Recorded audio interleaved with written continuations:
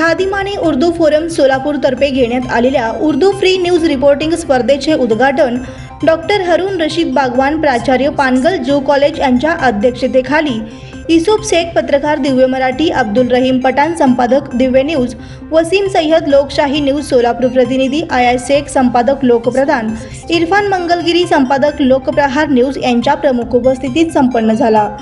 सर्वप्रथम कुरआन पठाणे कार्यक्रमाची सुरुवात झाली।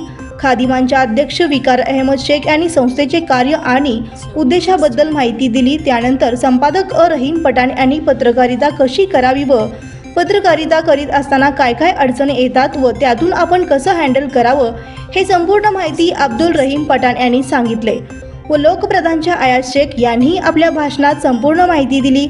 युसुफ शेख आणि वसीम सय्यद यांनी रिपोर्टिंग कसं करायचं याबद्दल सविस्तर माहिती दिली। सर्व मान्यवर विद्यार्थ्यांना माहिती देत असताना सर्व विद्यार्थी मन लावून ऐकत होते। त्यानंतर फ्री न्यूज रिपोर्टिंग स्पर्धेची सुरुवात झाली।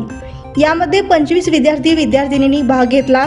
स्पर्धेचे संयोजक नसरुद्दीन आळंदकर यांनी सूत्रसंचालन केले तर आभार डॉक्टर रशीद शेख यांनी आभार मानले।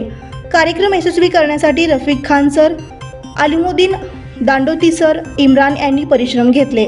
सर्व विद्यार्थिनी, सर्व मान्यवर खादिमान उर्दू फोरम यांचा आभार मानले।